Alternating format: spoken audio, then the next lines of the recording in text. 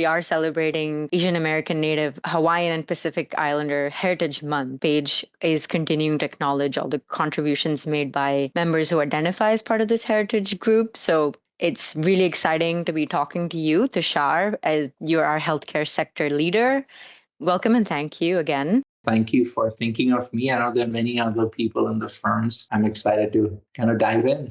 Yes, fantastic. Let me quickly introduce myself. So I'm Aparajita Bhatt. I am an architect and urban designer in the San Francisco office. I've been at Page for the last 4 years, but previously lived in Texas, but grew up in Mumbai in India and got my undergraduate degree in architecture there. Subsequently developed an interest in urban design. So I went to school at UT Austin to get a degree in urban design. So I feel like growing up in Mumbai very much ignited that fire and understanding how our city is made up. If you don't mind sharing with me, how do you see your experience of growing up in India and your trajectory so far? How do you see it having influenced your interest in the expertise that you've developed and your professional experience? I was born and raised in Delhi and had actually went and studied in Gujarat. I got my undergraduate degree there. And then after I finished, I took a little sabbatical from mainstream profession work and I volunteered with an NGO. I went and lived in a village for a couple of months. Wow. I had a really interesting kind of exploratory period of my time before I got back into mainstream architecture.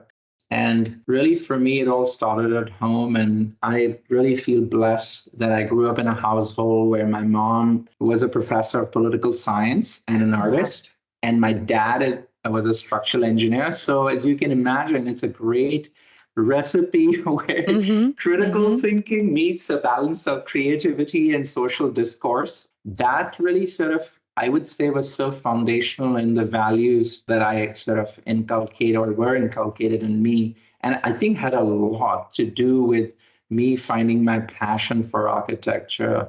So I think that was really kind of, I would say, where it all sort of started. And then when I was growing up in the 80s and the 90s in India, it was a very dynamic change of the country was kind of maturing. There was a political dynamics that was shifting, going from socialistic views to capitalism was a big part of that sort of, when I was in both in high school and college, that I sort of saw that. And with that kind of, being a growing economy that India was and, as continues to be, resourcefulness, resilience, those kinds of things I felt were like part of our DNA. And what that really did for me as I got into architecture is that it really encouraged creativity to shine because there's always this idea about we need to do more with less. And I think that sort of really, again, kind of became a part of my belief system. And I firmly believe that architecture is a social responsibility. And I think those ideas were also cemented, I would say, in as part of my growth, as part of my sort of upbringing. I was telling you earlier that after I finished my undergrad, I volunteered for an NGO and actually had a really great opportunity to work on a small community hospital through that process. And that's when, for me, was the epiphany when I realized the power of architecture. And actually, that's what really got me interested in healthcare architecture.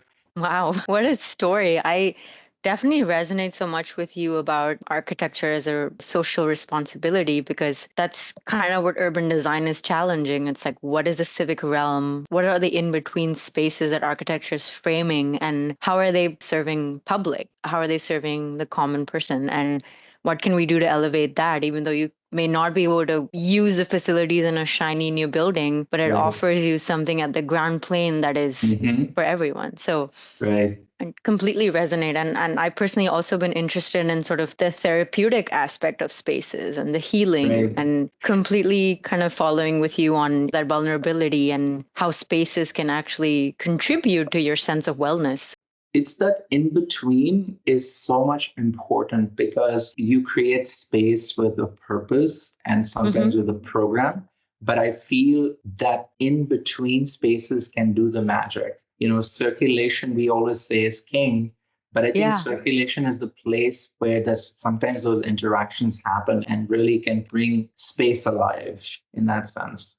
absolutely. It's a kind of like spontaneous collisions, and that's where the Hmm. magic happens. Fabulous. Well, kind of pivoting a little, maybe zooming out, as you acknowledged, Asia and specifically India is a growing economic influence shaping the world more prominently, maybe than ever before. And I'm curious to hear, how do you feel AEC is being influenced?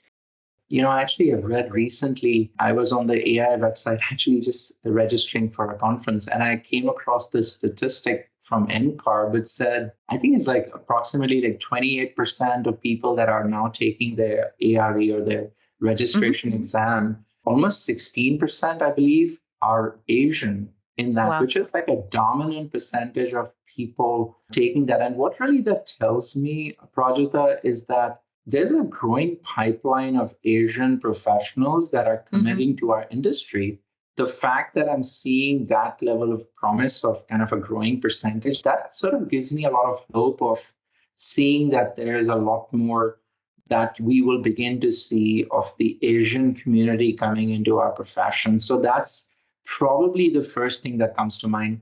The Hmm. second thing is that I think that the world continues to get flatter. I think what that's doing is allowing us to bring influences and shape the built environment in a much more inclusive and than ever before. There's obviously Hmm. greater heightening kind of awareness and conversation. And I think you can kind of see some of the, positive impact of that. Amazing. I appreciate your insight and reflection. And I think it's a great segue to my next question, which is, as leader of our healthcare sector, how do you think about putting together teams that are bringing these diverse voices to the table?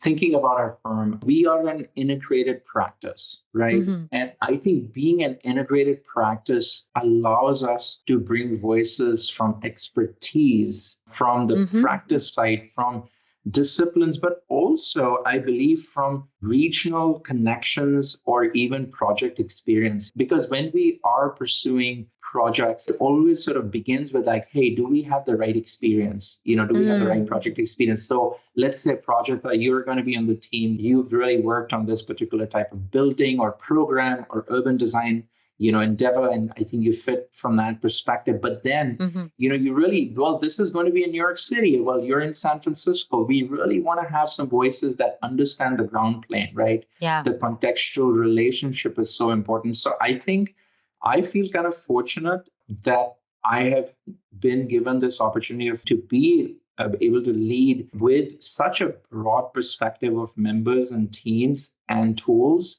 that Mm. I think, as we sort of approach this, we are able to bring sort of different voices into the conversation and curate that specific team to respond to the needs of the clients, because there's one size doesn't fit all. I know we're right at time, but wanted to give you the floor for any last thoughts or parting notes. No, I think, again, this has been a fun conversation, and I appreciate that we are creating these kinds of, or we're trying to capture these kinds of stories. Hopefully, these inspire more conversations and dialogue, bring greater awareness, and, so kind of, I guess, reinforce our commitment to kind of celebrating the diversity that our firm has. So, again, thanks for inviting me for this conversation. Of course. So thrilled to have you. And again, really, really appreciate your time. I wish we could do this more often. Thank you so much, Tushar. Thank you. Bye bye. Bye.